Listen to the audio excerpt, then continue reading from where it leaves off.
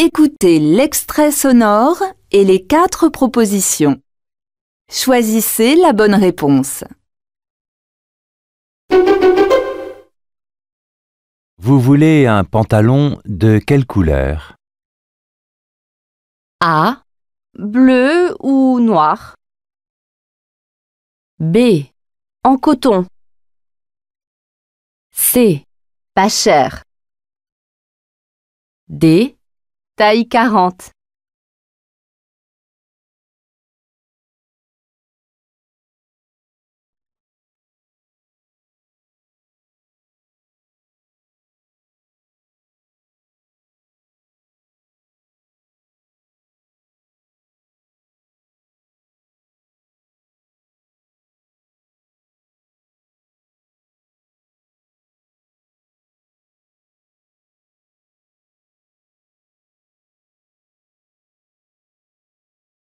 Écoutez l'extrait sonore et les 4 propositions. Choisissez la bonne réponse. Si ton père est médecin, il peut me voir en consultation? A. Non, il a annulé ses congés. B. Non, il a arrêté ses médicaments. C. Non, il doit prendre rendez-vous. D. Non, il est à la retraite.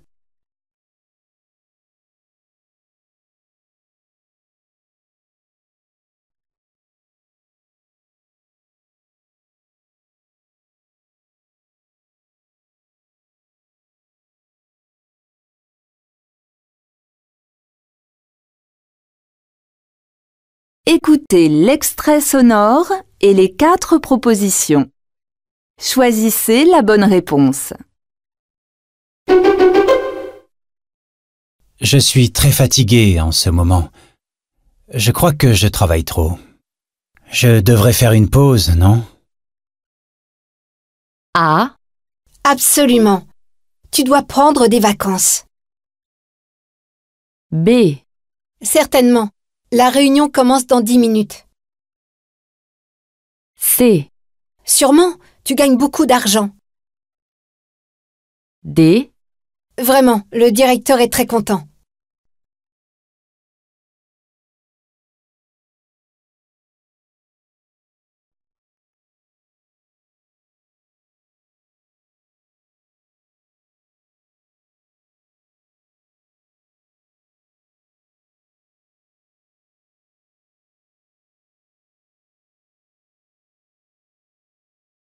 Écoutez le document sonore et la question. Choisissez la bonne réponse. Aux Pays-Bas, on parle le néerlandais. Alors si vous ne parlez pas cette langue et que vous maîtrisez l'anglais, eh bien pas de souci, vous ne serez pas perdu. Ici, tout le monde ou presque maîtrise la langue de Shakespeare. Pour le français, c'est un petit peu différent. C'est la 3e langue étudiée à l'école, loin derrière l'anglais, vous l'avez compris, et toujours en concurrence avec l'allemand. De quoi est-ce que ce reportage sur les Pays-Bas parle?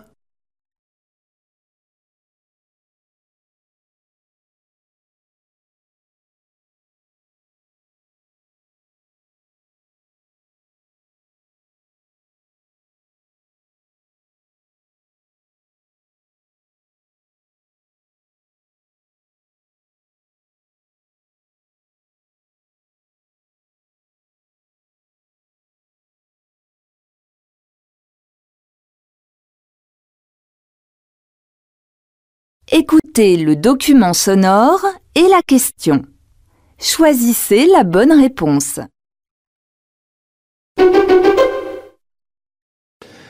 L'invité de ce journal, nous avons donc le plaisir de recevoir aujourd'hui Alain Chamfort. Bonjour Alain Chamfort. Bonjour. Alors merci d'être avec nous. Vous venez de sortir un album qui est entièrement consacré, c'est une originalité, à la vie d'Yves Saint-Laurent, grand couturier Yves Saint-Laurent.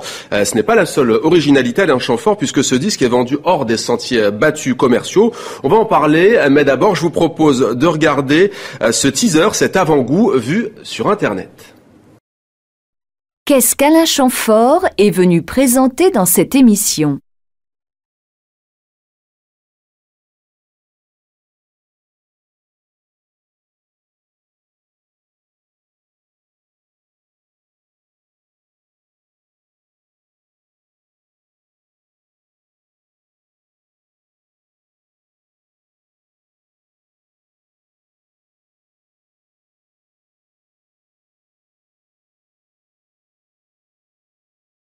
Écoutez le document sonore et la question.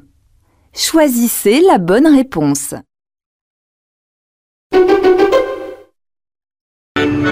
En plein cœur de Paris, à quelques pas du Pont des Arts, voici le temple de la langue de Molière, l'Académie française. Une vénérable institution qui s'est ouverte jeudi dernier à des visiteurs du monde entier. C'est dans ces salons que la Fédération internationale des professeurs de français a fêté son 40e anniversaire. Parmi les invités, des enseignants venus de tous les continents, réunis par une même passion. Que vont faire ces enseignants à Paris ?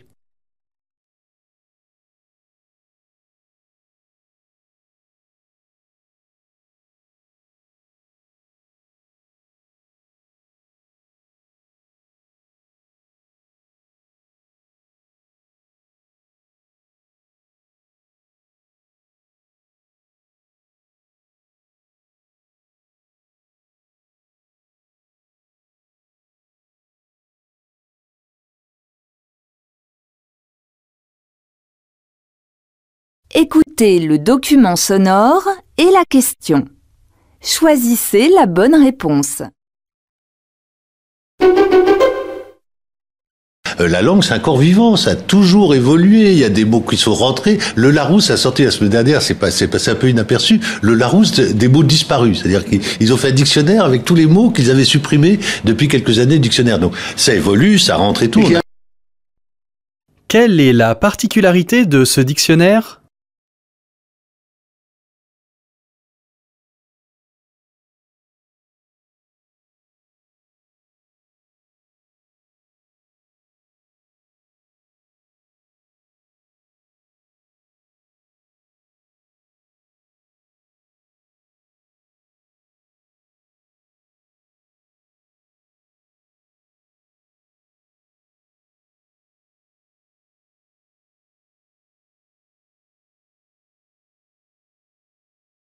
Écoutez le document sonore et la question. Choisissez la bonne réponse. Recréer une forêt. Là où justement les sols sont si pollués que l'agriculture ne peut plus les exploiter, c'est l'objectif au nord de Paris où 1 million d'arbres seront plantés dans les prochaines années. Un véritable poumon vert de plus de 13 km² entre les autoroutes pour absorber durablement une partie de la pollution liée au premier aéroport français.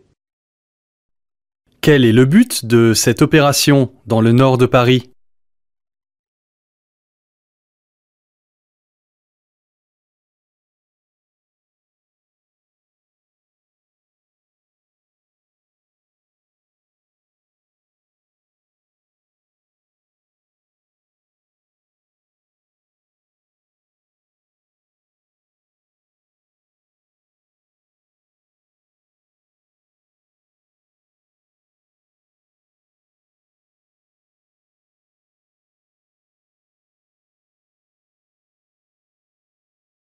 Écoutez le document sonore et la question.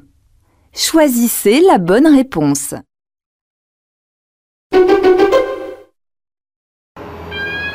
Pour moi, c'est une passion, la technique. La partie ronde. J'ai commencé donc à Aéroport de Paris en tant que comptable, mais je ne me voyais pas faire ça toute ma vie. Une femme dans un atelier n'était pas envisageable à ce moment-là. Et on a la deuxième cellule. Mes parents m'ont dit c'est vraiment dommage d'avoir fait autant d'études pour rien. Et là, j'ai eu un sursaut et je me suis battue. Et à force de taper à toutes les portes, j'ai eu cette opportunité de partir 1 an en formation continue pour passer mon DUT. Et ils m'ont dit, si j'ai mon DUT, j'aurai un poste technique. Qu'explique cette femme ?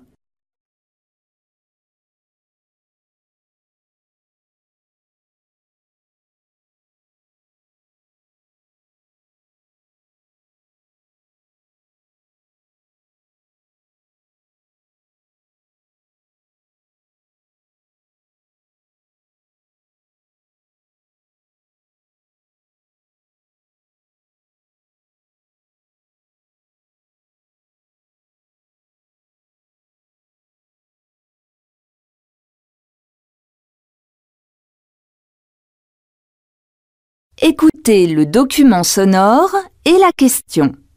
Choisissez la bonne réponse. C'était important de s'interroger sur la formation musicale en France. C'était une nécessité ? Je crois qu'il faut que les choses évoluent dans tous les domaines. Donc il y a des questions à se poser dans chaque domaine et la musique en est un. Et l'enseignement de la musique en est un privilégié, puisque je pense que c'est un outil de transmission exceptionnel de valeurs. Transmission de valeurs extrêmement importantes pour le savoir-vivre, le vivre ensemble. Oui, dans la musique est un art vertueux. Qu'explique l'intervenant à propos de l'enseignement de la musique ?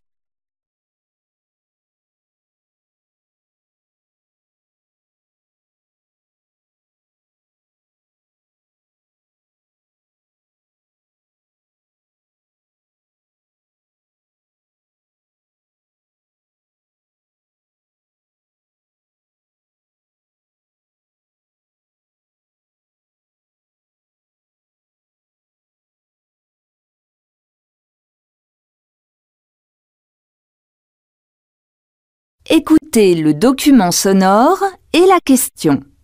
Choisissez la bonne réponse. On mange pourtant de mieux en mieux, j'ai l'impression, en Europe, avec des produits de plus en plus bio, les gens font de plus en plus attention, on essaie de marcher 10 000 pas par jour. Ça, ce sont plutôt des conseils que vous donnez. On en parle de plus en plus. Ça ne veut pas dire qu'on le fait de plus en plus. On y pense de plus en plus, mais en fait, on a un mode de vie aussi qui ne permet pas toujours de faire ça. L'idéal serait de faire ça, de manger sain, de manger bio, de prendre son temps pour manger. La réalité, c'est qu'on est dans le stress, on mange vite, on prend des plats tout préparés, on mange trop, et donc c'est pas la réalité de ce qui se passe. Quel problème évoque l'intervenant ?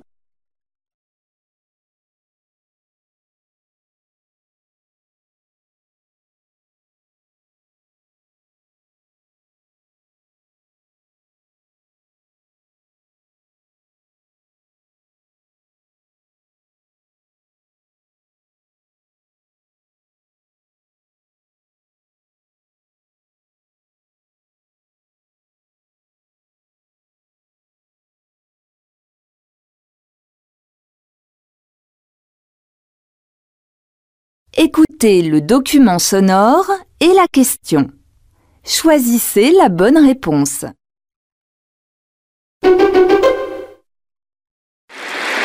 Et pour parler de cette femme d'exception qu'était Simone Veil, Isabelle Mourgère, présentatrice de notre magazine Terrienne sur TV5 Monde, nous a rejoint sur ce plateau.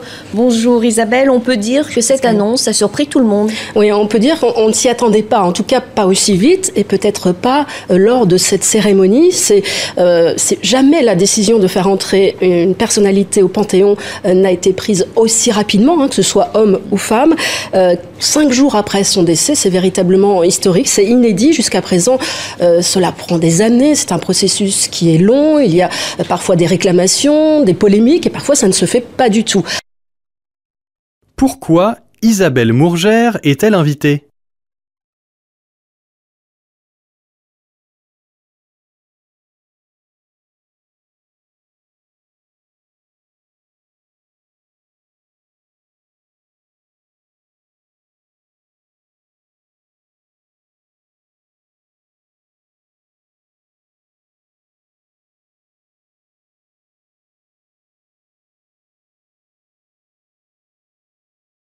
Écoutez le document sonore et la question. Choisissez la bonne réponse. Ce qui m'intéresse en tout cas, c'est cette possibilité qui est offerte aux personnages de quitter leur zone de confort pour aller expérimenter quelque chose de nouveau, qui peut être pas confortable, risqué parfois, et qui n'est pas fait. Oser, faire des choix, prendre des risques. Rompre ce temps suspendu où tout est figé, où rien ne se passe. À sa manière subtile, En attendant les Hirondelles est un film engagé. Un appel à la vie lancé à l'Algérie d'aujourd'hui. Selon le premier intervenant, quel est le principal intérêt de ce film ?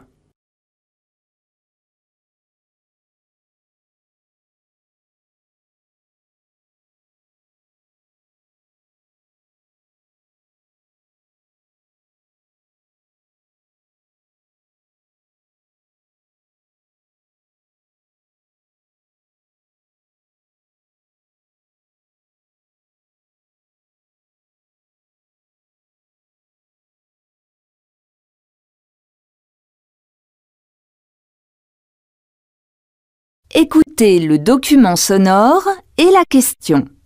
Choisissez la bonne réponse. Vous dirigez donc une équipe de recherche au laboratoire des sciences du climat et de l'environnement du commissariat à l'énergie atomique. Et cette équipe, elle recherche quoi exactement ?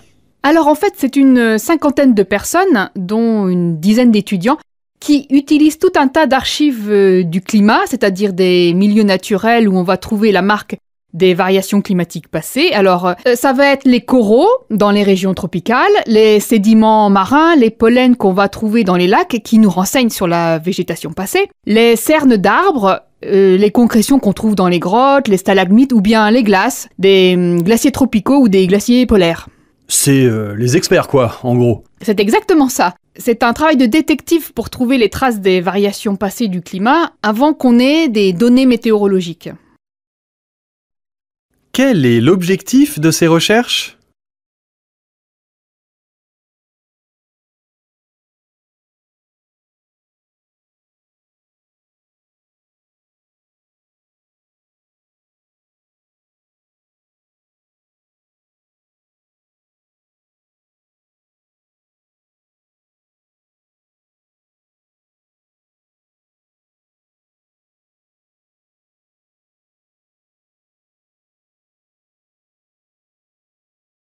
Écoutez le document sonore et la question. Choisissez la bonne réponse. Oh là là! Alors, mon coup de pouce pour la planète en 40 secondes. Je dirais qu'il faut... En fait, c'est d'abord un conseil. Il faut agir. Il faut en permanence être capable d'agir. Même des toutes petites actions, hein. Un exemple qui me concerne, je plante des arbres. Voilà, sur mon balcon, en Île-de-France. Et puis, quand ils ont une certaine taille et une certaine maturité, je vais dans le sud-ouest, pour être précis, dans le Lot-et-Garonne, à Savignac-sur-Lèze, et je les plante dans le terrain. J'en ai déjà planté 4 et je vais les bichonner chaque année. Voilà, donc ne pas hésiter à mener des actions à tous les niveaux, voilà, parce que je fais germer aussi des idées dans la tête de mes étudiants, aussi, qui se développent bien et en faveur d'une attitude plus respectueuse de l'environnement. Sur quoi insiste cette personne au sujet de la protection de l'environnement ?